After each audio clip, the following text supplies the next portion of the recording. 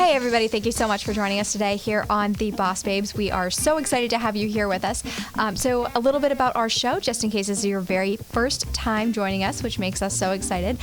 Brittany Baldy and I host the Boss Babes. We are about, learning a little bit more about our athletes and how they give back to our communities. So with that being said, we know that there is quite a bit that's going to be going on this week. If you guys have seen in the past, we have had the Gronk Nation Foundation on. We have gone to a ton of different events within the community. So we're excited to share that with all of you. And as always, if there's anything that you would like to see, please don't hesitate to let us know. But Brittany, we're going to toss it over to you because a lot has happened this week in sports that we need to chat about. So we're going to kick it off with our national stories. And the very first story that we want to talk about, we just had the Gronkowskis in here 2 weeks ago, Gordy and Chris. And a lot of people think that Rob Gronkowski might be making a comeback.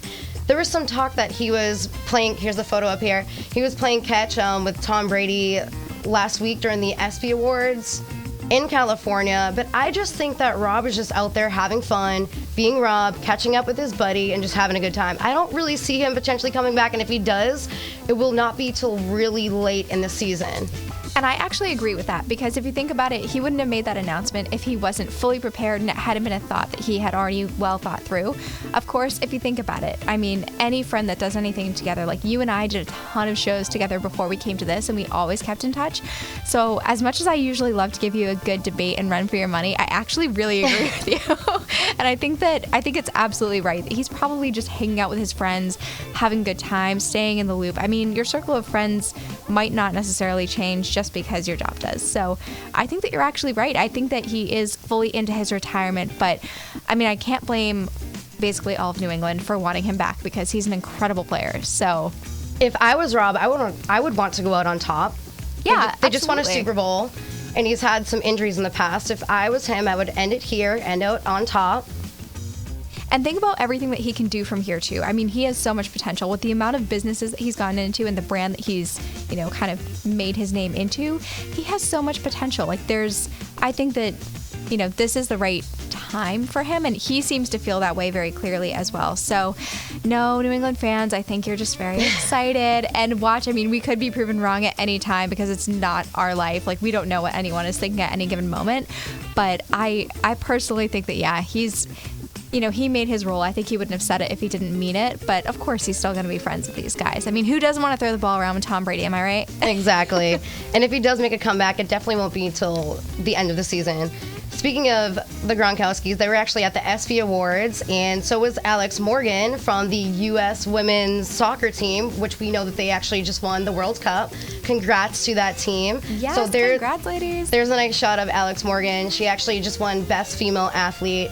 What's kind of cool about this team is they're kind of like punching the ticket for female athletes. A lot of people are talking about pay equality. They're not getting paid enough, apparently. I guess the men's team is making more money than them, so there's been a lot of hype in the media lately about women inequality and them wanting to make more money because apparently they're actually winning more games than the men's soccer team. Oh boy. So not only are they winning more and they're women, they're just kicking butt. Like, they should be making the money that they deserve. Yeah. Girl power all the way. And I agree with that because, I mean, if you're working that hard and you're coming that far and you're clearly making strides, then I see no reason why you shouldn't be. But can we just talk about one thing for a moment? Did anyone else notice, like, how absolutely flawlessly gorgeous that she is? She is gorgeous. She's incredible. And when you look at her arms, I'm like, wait, okay, what am I doing wrong in my workout routine? Like, how do I get, like, those cuts like that? And she's so nice and tan, too. Do you think that's a real tan from being on the soccer field, or do you think she went spray tanning? That's what I want to know. Ladies that are watching right now, do you think it's a spray tan or a real tan? Because she was absolutely glowing. Either way, I think I need to hear from her what she did because she looks flawless. Like, she looks so great. And I'm telling you, like, I've been on the beach pretty much, like, every single weekend. That's just my happy place. At Martha's Vineyard. That's just my happy place. We were both there last weekend, and we don't have great tans like that. So I want to say it might be a little bit of a spray tan. We're going to switch over really quick. Baseball. So Big Papi, I actually heard through the grapevine that not only did he get shot, which we spoke about a few weeks ago, he had 2 surgeries in the past. He just recently had a 3rd surgery. What do you think about that? I think it's a good thing. I mean, whatever he has to do to recover and get him back to where he needs to be, that's really all we can pray for, is just for him to get healthy again. So, I mean, hopefully the reason why it was done is just kind of as a precaution, and he's getting to the point where he needs to be at. But other than that, and the fans and his wife are being very supportive. I mean, of course, he's, like I said before, Big Papi is an amazing guy, and he does so much for his communities that I feel like it's obvious when you see how many people are stepping behind him and rallying behind him during this especially difficult time. It's evident how, great of a person we've seen him be and that he is today from all of the support. So if this is what he needs, then all we can do is really just wish him the best of luck and hope that he has, a really great recovery. Words right out of my mouth. Thank you. So we love Big Papi. We want to wish him a great recovery. The reason why we're ending actually talking about baseball is our special guest. We have two very special guests in studio. One of them is Tucker Healy. He's a former professional baseball player, pitcher, and his amazingly gorgeous girlfriend, Sarah McMahon. We're actually going to roll a quick tape, and the tape is actually a scouting tape, correct? Yeah. So this is going to be a little bit of a different experience to this, because this is like your old school video. Like, this is really like great stuff that's actually going to be really fun. So we're going to let you guys take a look.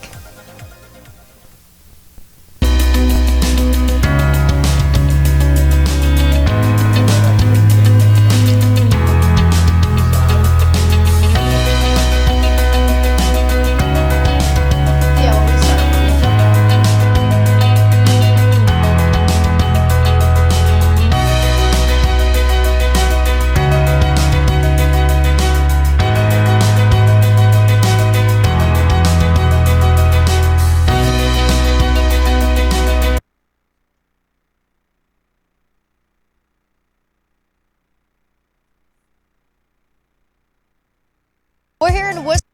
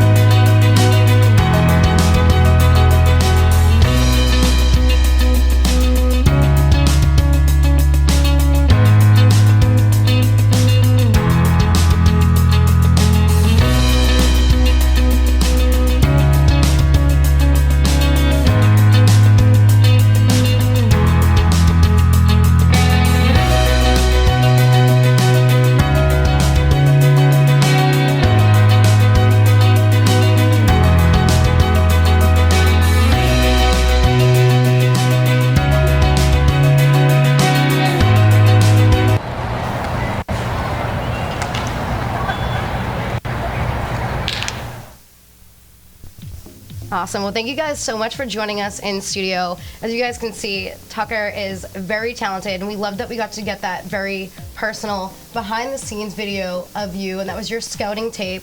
So Tucker is actually from Needham, Massachusetts, so we're excited to have him in studio because he is a local native, and his girlfriend Sarah is actually from Rhode Island. So they're kind of like a power couple, and that's why we're super excited to have them in here.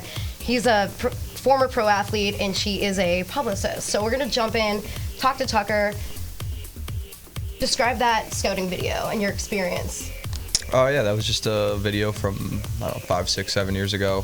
Which I love that old school feel to it, by the way. That was really kind of fun because it gives us like a first person glimpse into like the actual real raw footage. Yeah, you can see kind of the pixelation. The quality isn't as great as it is now, but yeah, that was one of the first videos of me pitching in the pros, so it was cool, and I'm glad you guys got to see it.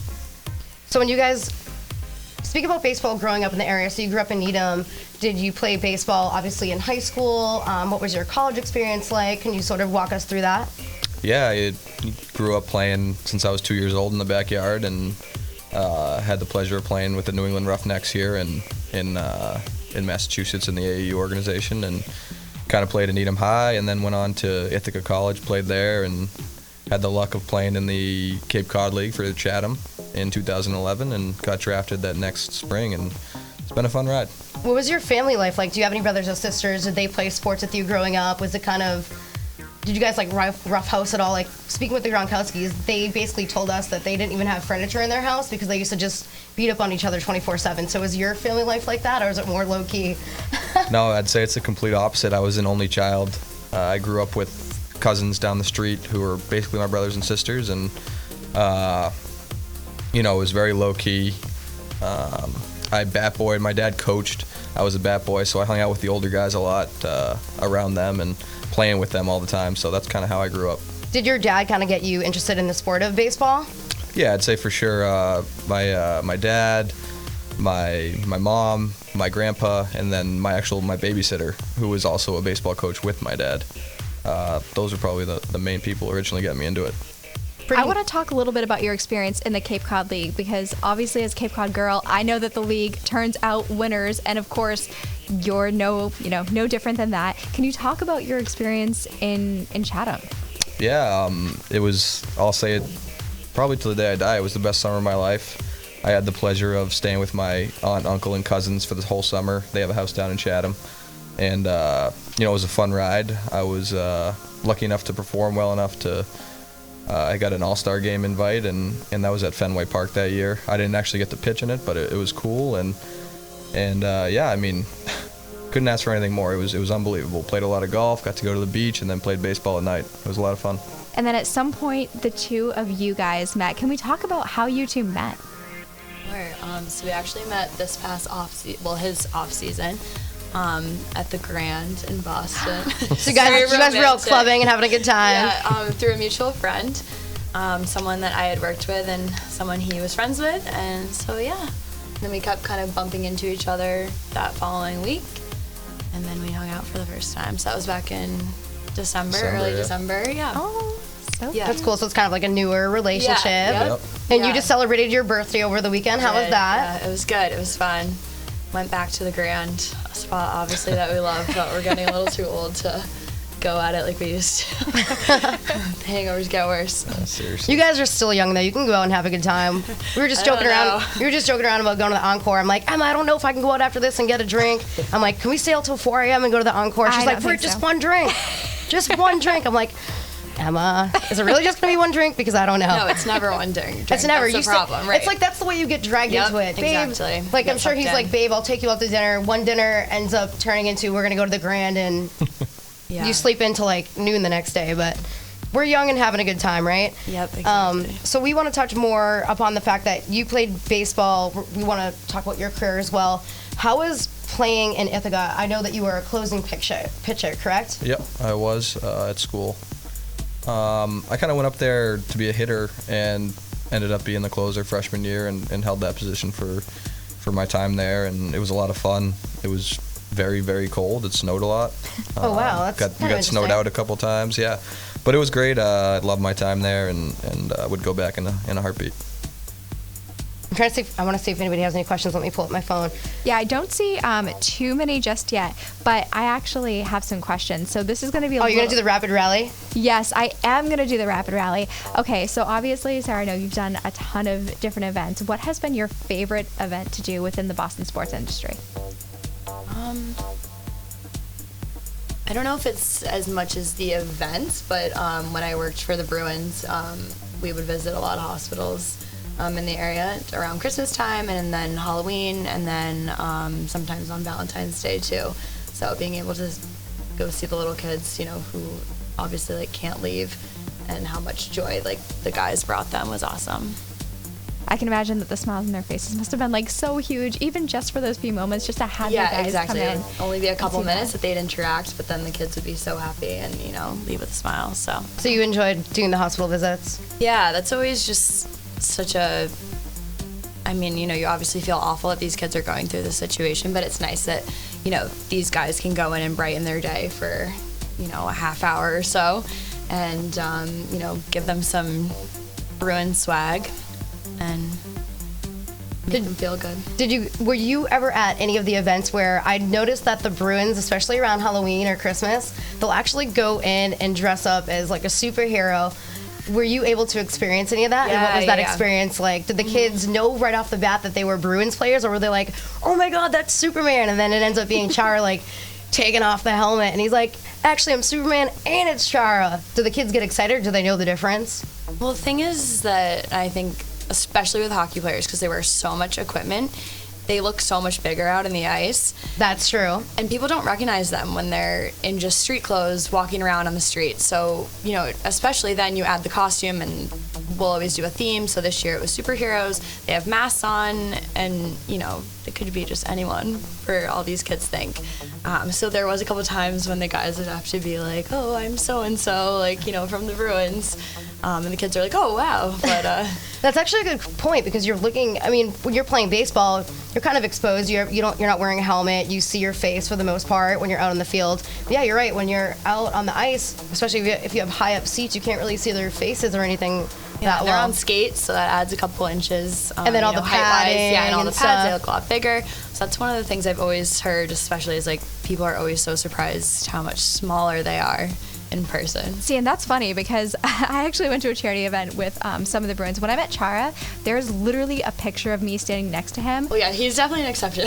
He's super so tall. Yeah. I was standing next to him, and I was like, you guys, like, I don't even know how I'm ever going to crop this picture, because it's going to, like, just crop his, like, whole entire top half out just to try to get my heels in it. Like, I wonder just, like, no way. I wonder who's taller, him or Gordy, because Gordy, when he walked in 2 weeks ago, he had to literally basically duck in to get through this door, because he's like 6'6". So I guess Chara would be taller on skates. Yeah. He's Well, definitely taller in taller. person, yeah. I can tell you from experience, I felt like an ant, and I'm really short, so I always feel like I'm really short next to people, but I felt like I was an ant when I was standing next to him. So we actually did get a question from the audience, which is awesome.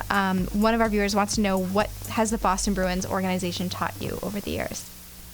I think, and a lot of times, you know, you'll hear the guys in the media say that it's a very blue-collar, hard-working organization, and that definitely translates over to the staff. And, you know, it's very nose to the grindstone, making sure you're getting the work done, and it's always the team first and your team first. So I'd say kind of everything you hear about the team is definitely true about the staff as well. It's a very hard-working organization. How was it growing up in Rhode Island, and what made you actually want to get into public relations? And I know that both of you guys are kind of in transition periods, which we'll speak about shortly, but you're kind of transitioning from working 3 years with the Boston Bruins, going to all the charities, going to the hospitals, helping out with sports entertainment, and now you're sort of switching into working with the restaurants.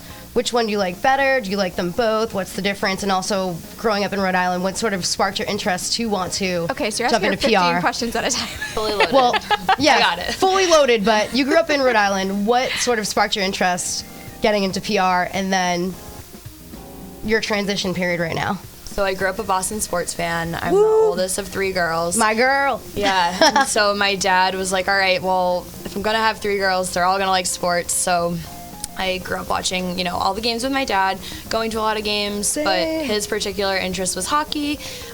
He would watch, you know, other games other than the Bruins. So hockey was always on in our house, and I would always sit and watch with him. And then when I was in college, my freshman year was when the Bruins won the Stanley Cup. And right before then was when I really became a big diehard Bruins fan. And I was originally a political science major. I went to school in D.C., and then after they won the Stanley Cup, I went back to school and added a sports management minor with the goal of, I mean, ultimately working for the Bruins, but I knew I wanted to work in hockey, and I wanted to do PR. But pro sports is tough to break into, and so I had to start in ticket sales, and then I did marketing. I worked for the Providence Bruins, the AHL team, the minor league affiliate of the Bruins, for 2 years before I was up here in Boston. So I worked my way up, and I achieved my goal of doing PR for the Bruins. So That's it was a great amazing. experience. Yeah. Knowing that you guys are both obviously sports fans, I obviously want a man cave, which we spoke about when I first walked in, and I had you guys sign my little autograph board for my future man cave. Do you guys want to get a man cave or have a man cave together someday or separately? Like, what are your thoughts on man caves? This is for the Rapid Rally. Do you guys want a man cave someday? Like with the big screen and the jerseys hanging up and the autograph stuff? Absolutely. You guys want one? Oh, I yeah, think not between even the close. two of us, we have enough stuff to definitely fill a room. You It's guys all in my bedroom at home right now. My mom's like, get it out. I also love the fact that you're calling it like a man cave. It could really be like anything you wanted it to be. But even Brittany, like being a woman, she's like, no, it's definitely a man cave. It's definitely a man All cave. sports related. It's definitely a man cave, 100%. Trying to see if we have any other questions from people. It's hard to like. We look do through. actually. So we have a few. One person wants to know what the greatest achievement can being a professional baseball player for you, based off what you've experienced. What your greatest achievement was over the years. Wow, that's a tough question. I mean, obviously the main goal of everyone is to get to the major leagues, but it all starts at the first goal, and that's getting drafted and getting the chance to go in and play professional baseball. So for me, I'd say, just that draft call from the Oakland A's back in 2012 was probably my greatest achievement. So I know that you played for the Oakland A's organization, Seattle, and you also said that you spent a good amount of time in AAA in Nashville. How was your experience in Nashville? I know that you and I spoke prior to the interview, and you mentioned that you did a ton of hospital visits. So can you speak about your career there and also visiting hospitals and whatnot down in Nashville? Yeah, Nashville was unbelievable. I had a great time. The city was great. The organization was great. Nothing but good things to say about the city and the organization. But I was lucky enough to be able to go visit kids in the Vanderbilt Children's Hospital several times, and actually had the chance to do Seacrest Studios, which is really cool.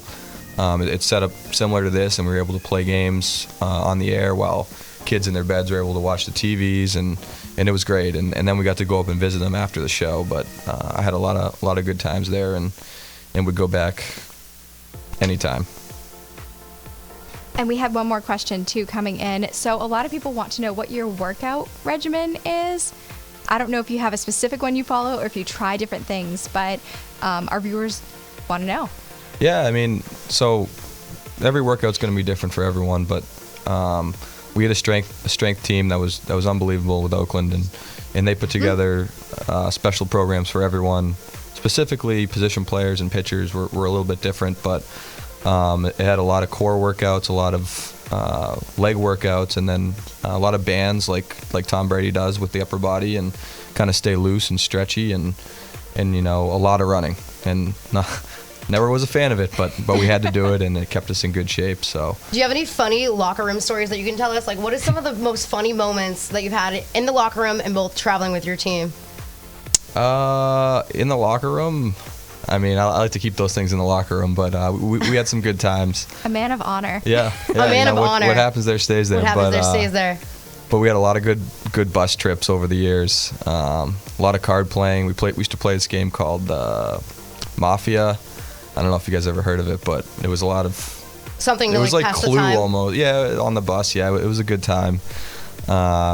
Played cards a lot and watched movies, and it was a good camaraderie, and that was the best part of it, was spending time with the guys every day. You're in there playing cards, goofing off, making fun of each other. They kind of become like your brothers. Yeah, it's exactly what it is, and it's a lot of fun. And when you go away for the off season, you come back, it's like you never missed a beat. You've been in the whole time. Now that you're in the transition period, getting ready to retire, or you are retired, do you stay in touch with any of your former teammates? How is that working out currently? Oh, yeah, for sure. I mean, those guys will be my friends for life. A lot of them are still playing. A lot of them with Oakland and with Seattle and all teams all over. I probably know someone or played with someone on almost every team in the majors right now, and against almost all of them as well. So, I mean, those will be my friends for life, for sure. So you guys basically have season tickets wherever you want, yeah, for the most part, for the rest of your lives. Absolutely. Go out there, fly out, Yeah. crash, and go to some games and have a good time. Yeah, field passes, whenever. Field passes. Are there any special restaurants that you used to visit down in Nashville? Like, what was the nightlife there like, and how were the restaurants? And did you ever get to go down and visit, or no, because you just met back in December, correct? Yeah, the nightlife's unbelievable. Every day of the week is a party down there. It's crazy. There's people coming in, leaving, tourists. It's really unbelievable, and the restaurants are great too. They're obviously known for the hot chicken down there. Hot chicken. Nashville hot chicken. The Hattie B's is the famous one. That's one of my favorite spots. And then they have a lot of good breakfast and brunch places down there too. But yeah, Did you ever it was do awesome. any of the I actually went down there for New Year's Eve a few years back with some of my former castmates. And what I liked about it is a lot of the nightlife out there. It's a mix of both DJs and also live country music. So it's definitely has like that cool country vibe where you can walk around and look cute like Sarah, and instead of wearing heels, throw on a pair of cowgirl boots and have like a great night, correct? Absolutely. It is almost every bar you go into, they'll have, a lot of them are multi-storied, so the first floor will be live music. People walk in, walk out, and then you get up to the top, third, second floor, and they'll have a DJ. So it's a lot of different situations, but you can find gems of musicians down there on the corner. It's crazy. Did you guys ever go out and ride a mechanical bull? I did never do that. Did any of your teammates ever do it? Because I know that could be like a fun night out. I have had teammates that have done it, but I have never done it. Yes. But that's something he's going to keep in the locker room. He's like, I'm not going to say if I did or not. I plead the As fifth. for the No two names, of no you names. guys that are doing things around here now, what has been your favorite date together? That's what I'm curious That's about. a cute question. Yeah, let's talk more about your relationship. Cute question. What are some of your favorite date nights? What do you guys like to do? We go out to eat a lot. One of my favorites was we did the on the Harbor Walk there. I think it's called the Harbor Terrace, maybe. Yeah. They have At the Boston Harbor Yeah, Hotel. Boston Harbor Hotel. They have every night is a different night there. They do movies on Friday nights, but we went on a Wednesday or a Thursday, and they had live music, and it was great. We had dinner right there. Yeah, it was great. Oh, that's so cute. That was a fun time. Yeah. Do you guys ever go out dancing or anything fun like that, or any outdoorsy stuff? Does he ever take you out and do you guys play catch on the fields? Like, can we catch you No, guys we've out never done that. on the field? You have to teach her how to get some grounders. I mean, she's sporty. She can do it. Yeah. Teach her how to pitch a little bit. We played mini golf recently. Yeah. Nice. I won. We've done bowling. but Does it get that's probably the competitive? extent. That's like a good question. Yeah, Do but you it's guys just get annoying, competitive? and I'm like, well, you're a former professional athlete, so you should win. So You gotta let her win sometimes. Come on. She's sporty. No, I'm competitive. Oh gosh. I just tell him I'm a former figure skater, and like that's something he'll never be able to do. So at least I have that on him. See, I never knew that about you. I didn't know that either. I know, yeah. Let's talk about your Hidden figure gem. skating. Here we go. Yeah, so I was a competitive figure skater from like age Wow. 8 or so up until through freshman year of high school. That's really neat. Did you ever yeah. travel or do anything with that? Yeah, I missed like so much school growing up. I was always never That's a good there. excuse, though. Doing homework in hotel rooms at competitions like all over the country. That's awesome. Was it more of single competitions or did you have a partner? Because I used to watch the competitions and it's almost like you're dancing on the ice, which to me is yeah. so incredible. Like it takes a lot of balance and strength. Your legs must be jacked. I'm gonna have to like touch them after. They're probably like no, not anymore. your legs are probably stronger than his legs. I did solo, and then I also did synchronized skating, which is with a team. So it was a team of like 20 or so girls, and we competed around the country. Did you ever have dreams about potentially going to the Olympics? I did, but I think it was almost one of those things that I started doing it so soon, and it's such a grueling travel schedule, and you know, you miss a lot of things, and you have 3 coaches, and you're skating all year round, and you're doing ballet, and like you're so young. I was so young. I was in elementary school doing this, so by the time I got older, like I was just pretty burnt out. So, and I wanted to play high school sports, and I wouldn't have been able to if I had. Did you have to do the ballet to help with the training for Yeah. figure skating? Mm-hmm. We did a lot of like off ice training, and then like I said, I did ballet, so because it's a lot about like posture and having your shoulders back, like standing up really straight. So that helps with that. What got you into figure skating? Like I said, my dad's a huge hockey fan, and he didn't okay. think that I would want to play hockey. So he signed me up to skate, taught me how to skate when I could walk, basically. And then I just kind of kept going with it. And yeah, they had no idea what they were getting themselves into. But both my younger sisters spent their early years in the car just driving me to rinks. But You guys are going to have to do a date night at the Frog Pond this winter, and you're going to have to know. teach them some skating lessons. Yeah. Seriously. But that's actually really cool that you did that, because it kind of comes full circle to Yeah. now when you've been working with the Boston Bruins Foundation. I mean, that's really awesome that you've been able to do that, and then you can speak to what it's actually like being on the ice, which is a really cool point of view that I think a lot of people might not get. Yeah, one of also like one of my claims to fame is that at the Bruins do a family skate for the team every year right around Christmas time. And so I would always skate, and they were always so impressed with me, the players, and they were like, "You're such a good skater. We had no idea." So I always surprised people with that like little known fact. But See? yeah, Little so, secret. Yeah. That's pretty neat. I was going to ask really quickly because I'm pretty sure we're going to be jumping into a commercial break soon. Yes. But do you have, what's your favorite professional athlete? Do you have a favorite? And my uncle, because he's watching, wanted to know, did you personally get to meet your favorite athlete growing up? Like whether it be a baseball player that you looked up to or a football player? Me? Yeah, did you? Yeah, well, growing up, I was a huge Nomar fan. Same! I actually went to Nomar camp and got a Nice. picture with him and got to meet him, so that was pretty cool. Yeah. We spoke about this in the last episode. Me growing up, I loved baseball, and kind of going off of what you said with the ice hockey and getting into the figure skating, I wanted to play baseball so bad because I grew up with my dad playing sports, and I was a girl, so I couldn't play baseball, so I played softball, and I used to look up to Nomar, and I had a big cardboard cutout of him. So you loved Nomar. Did you ever get to meet him? Yeah, so I met him at that camp, but actually even better, I was a huge Red Sox fan in general. I was a huge Manny fan, and I actually played with Manny in Nice. spring training when he was with Oakland for however long it was, very short stint, but yeah, it was cool. So you got to meet two of your idols. Yeah. What about you, Sarah? Do you have any favorite athletes? Patrice Bergeron and Zdeno Chara were two of my favorites, and I'll never forget the day, like one of my first days on the job, and Patrice came over to me and was like, "Oh, you just started, right? Like, I'm Patrice." And you're like, "Oh my gosh."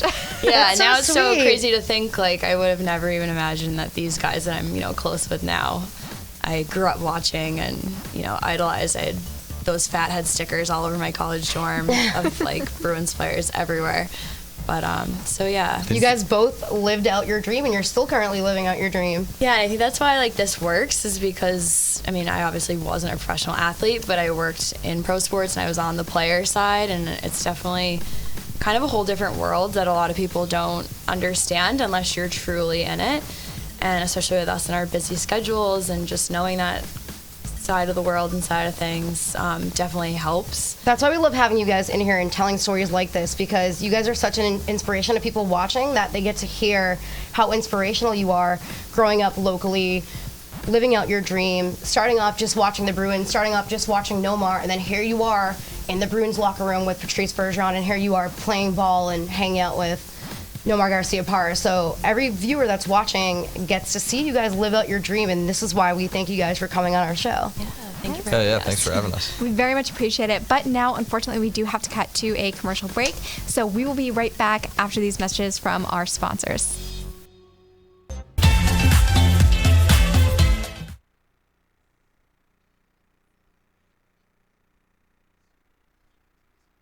At Bad Martha, we believe in three things: great beer, getting bad, and doing good. Every sip of our premium craft beer is a reminder that there's a paradise out there where you can kick off your boat shoes, let your hair down, and leave it all behind. That paradise is Martha's Vineyard. And while there's a bit of bad in every drop of beer we brew, there's also a whole lot of good that comes with every bottle we sell. That's because Bad Martha is built on a simple idea: community first. We're proud of our beer, but we're even more proud of the island that inspired it. We hope you enjoy both just as much as we do, and look forward to continuing the tradition in Falmouth at our new location opening summer of 2019. Bad Martha. Get bad, do good. Herd Restaurant, conveniently located here in Metro Square, features locally sourced, delicious meals created by a multi-talented chef. Herd satisfies even the most discerning palate. We love to welcome you to come to Herd so you may eat, drink, and spend time together. Watch for specials on our Facebook, Instagram, and Twitter feeds at Herd on Main, and come visit soon.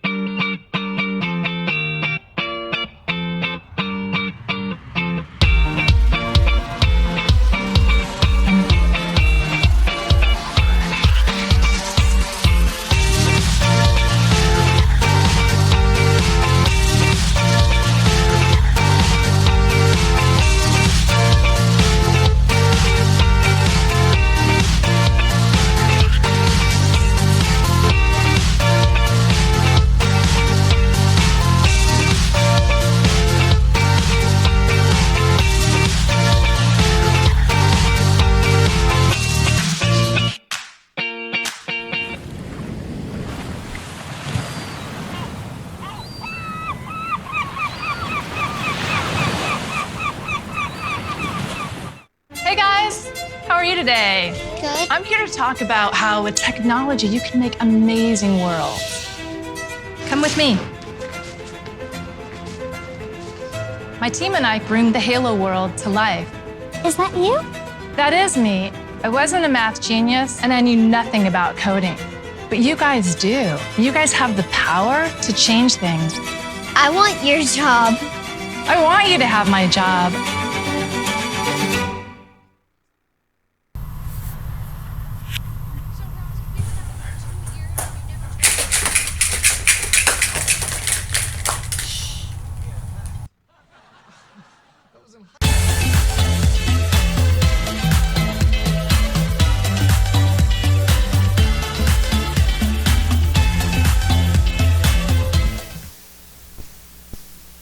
Okay, so thank you guys so much for sticking with us through that. Thank you so much. So what we have coming up is a little bit of coverage from behind the scenes at the Woo Sox grand opening. So they obviously had their groundbreaking ceremony this week, which was awesome. Brittany and I actually went to it, and this is footage of the new Polar Park. So this is just one of their renderings that we have up here. It's a whole layout, and I don't know if anyone is familiar with the area in which it's going in Worcester, but that entire area of Kelly Square is basically getting a whole new makeover to make room for the Woo Sox, which if anyone has seen them as the Paw Sox, it was kind of like a bittersweet moment for Mass baseball fans when they saw that, the Paw Sox were going to be heading out. But coming to Worcester is a huge deal for a lot of the players and a lot of the community out there in the Metro West. So we're really excited about it. And Brittany and I are going to take you behind the scenes right now to where Brittany covered a lot of this event, and we actually got to meet Dr. Charles Steinberg. So we're going to roll some of that footage for you right now. We're here in Worcester at the groundbreaking for the brand new park that's going to be opening up in Worcester. Super excited. If you're a baseball fan, we cannot wait to come check it out. Emma and I joined the crowd and grabbed a shovel to help the city celebrate what City Councilor Kate Toomey says is a historic moment. We had the world's first perfect game here in Worcester, Mass. We really are seeing so much more involvement from our community at large in supporting those teams. As you can see, baseball fans could barely contain their excitement. I think it's the forever changing Worcester. People really look at Worcester and they look down upon it as these past 20 years have, went by, but Worcester is on the up and up, and we've becoming a little Boston. That's what everyone's excited about. While at the moment it might just look like a parking lot, Woo Sox president Dr. Charles Steinberg says there's more to Polar Park and the Woo Sox organization than just baseball. One of the things I've loved most in my 44 years in baseball is watching the magic power of a baseball team and the ballpark in its ability to influence and elevate and contribute to a community. Whether it is college scholarships for middle schoolers who didn't know they could dream that dream, whether it's the standing ovation for a lady or a man who has come back from serving us overseas, whether it is that day that you want to give a child whose days may be numbered, but whose spirit is still strong. You can do big things from a community charity standpoint, and you can do the little things as well.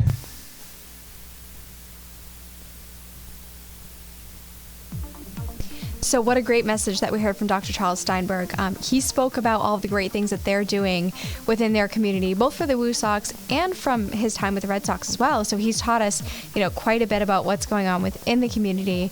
Britt, what was your feeling being there for that groundbreaking ceremony? There was a lot of energy there. There was a lot of energy there. When Emma and I walked onto that parking lot, which eventually is going to be a field, which is crazy to even think about, I just remember seeing so many people there decked out in baseball gear. There were little kids. There was fans cheering and getting excited. Everybody's just so amped up for April 2021 to come. What I like about this whole idea is that Worcester is almost becoming like a mini Boston. So if you're coming from Rhode Island or coming from the South Shore, instead of having to travel and spend more money, because the Red Sox, sometimes their tickets can get pretty pricey. I mean, we love them, but don't get me wrong, if you have 8 kids, you can't afford to take 8 kids to a Red Sox game. So what can you do? You could take them to a Paw Sox or now the Woo Sox game, which that gentleman with the baseball gear on, he actually spoke about that. He's from the National Heritage Program. He said, yeah, I have 4 boys, and I can't wait to take them to the game, so I can't wait for April 2021 to come here. So I think the whole community is just super excited and amped up for a baseball team to be joining the city of Worcester. What do you guys think about having a baseball team in the Worcester area? I think it's great. I think Pawtucket was great. It was always nice as a kid going down to Paw Sox games, trying to get autographs and everything. And Sarah being from that area, I'm sure she has something to say about it. I mean, I think it's too bad that they're leaving, but... Did you ever get to go to any of the Paw Sox games when you were a kid? Yeah, a lot. There was like a thing that they used to do, a promotion where they would put 1 free ticket in your Friday folder at school when I was in elementary school. So that's pretty neat. Yeah, that's and then really obviously, awesome. you have the 1 ticket, and then you have to go, buy the rest for the family. But so yeah, I went to a bunch growing up. Oh, They that's were always awesome. fun. So See, yeah, I wonder if they're going to do something similar within the Worcester School District, because I'm that's sure they'll do a a lot of really stuff cool like idea. that. Yeah. It's nice to give back to your community that way, even if it's just like 1 ticket. That 1 ticket is so helpful for the rest of the household, especially, if you're a household that's like on a budget, or if you're just someone that's like a really super fan. That's really neat that you give back to like every single kid that way. That's really cool.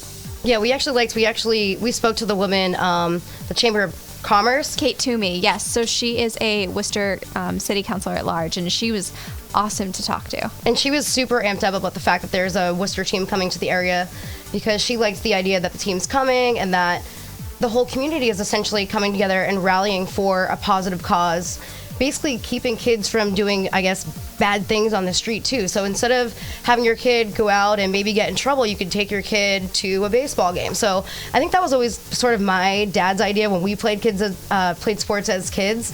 My dad used to say, I'm going to keep you guys out of trouble. I'm going to get you playing sports. So when I was a kid, I grew up playing softball and field hockey, so I was 24/7 just playing sports. And I think sports are a great way to not only build lifelong friendships, like Tucker spoke about earlier, but you're learning how to eat healthy, how to mentally be prepared, how to conduct yourself in front of people. And I just think bringing a baseball team to Worcester is incredible for the community as a whole. I agree with that. And especially the whole revamping that they're going to do at Kelly Square, I think is going to mean a lot for the residents, because I don't know if anyone knows about my driving, but Brittany was in the car with me as we drove through Kelly Square, and anyone that's been in a car with me knows that, okay, I'm not the best driver. My fiance always jokes that it's like driving Miss Daisy around, because anytime we go anywhere, I don't want to drive, because I'm not fantastic at it. And I own that fully, I do.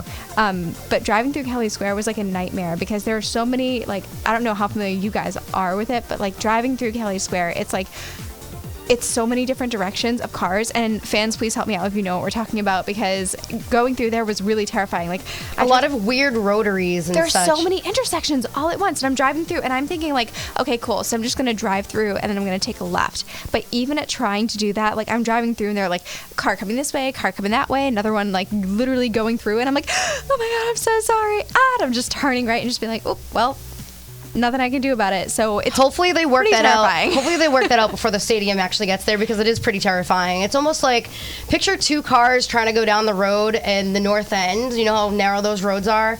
Picture that with like no stop signs. But like 3 different cars coming at you. Yeah, it's just insane.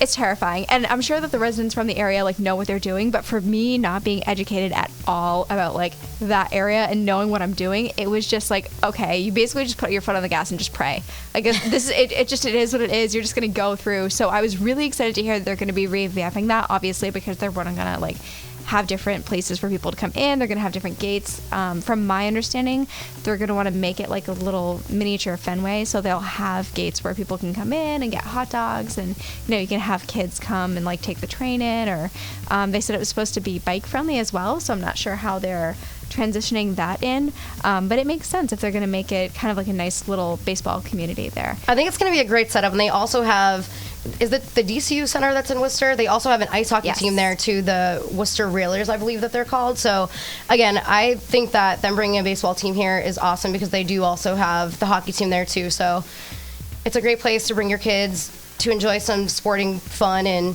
enjoy the night out. Aside from the Worcester Railers and the Woo Sox, what are your plans for the future? I know both of you guys are kind of in a transition period. I know Tucker's recently retired. What are your plans for the future? Anything fun going on? I know you've been doing a lot of golfing. Are you Do you have any plans for the future as far as other careers that you might do, like opening up a restaurant or something? Or are you guys going to be working together? Because I know Sarah works with restaurants. Well, yeah, right now I'm kind of just enjoying summer because I've never been able to do so, really. Nice. But yeah, I'm just, meeting with a few people, talking about what's on the horizon and find out what I'm really interested in. And then once I do, just go fully force at it. How's the golfing? You got a nice tan going on. Yeah. Where's your favorite place to golf in the area? So, like I mentioned earlier, my family has a house down in Chatham, Mass, and they belong to a country club down there, Eastward Ho, and it is gorgeous, right on the water, right on the bay. So that's probably my favorite place. And I've been fortunate enough to go down there a couple times in the last couple weeks. So it sounds like Chatham is your favorite place to be in the summertime. Yes, I would say so. Like I said, I haven't really been home for a summer in 8 years, but growing up, that's where we went every summer. So. Do you take Sarah golfing? I was Sarah, just going to ask that. Are you a golfer? I keep asking her. Not really. You can go have maybe someday. have He's saying I want to wine. practice first before we go Yeah, we're going to together. go up to Granite Links and check out the driving range up there. So. Brittany and I are actually going to be, I don't know if anyone out there is going to be there tomorrow, but Brittany and I are actually going to be going to Granite Links tomorrow for an event with the Gronkowski Foundation. So we're excited to see you guys there. But, before we go, obviously, I know we're wrapping up in just another couple of minutes here.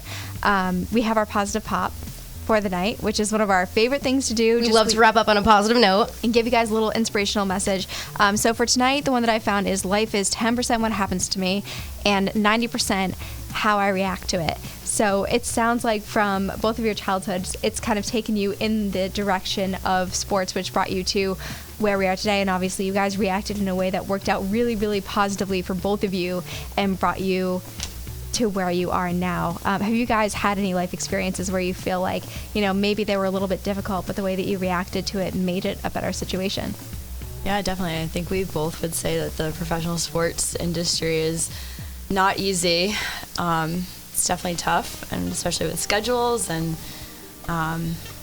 it's almost even hard to explain, but it's a lot of hard work that people probably don't really necessarily realize. You kind of see it as this glamorous life, but it's definitely tough. Yeah, there's a lot of hard work behind the scenes that no one knows about. Travel, schedules, you're at the ballpark from noon till midnight, but people only see you there from 7 to 10 during the game, and then a lot of things in sports are uncontrollable, so, and you have no control over that. So those are the tough things when you get hit with something like an injury, for say, and nothing you can do about it, but try to get back and get better, and like you said, that's the reaction to what happens to you. And that's a lot of sports on both sides, the staff and the player side.